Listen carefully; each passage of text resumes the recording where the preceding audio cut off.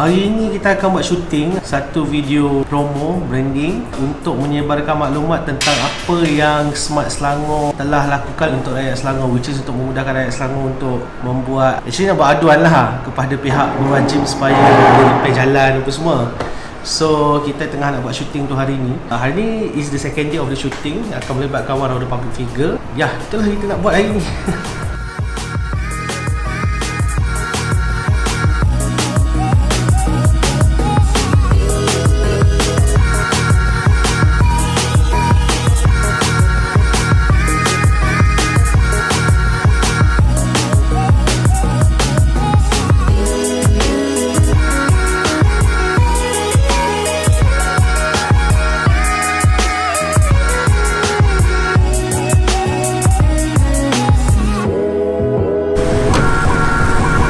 Kita punya scene kat luar,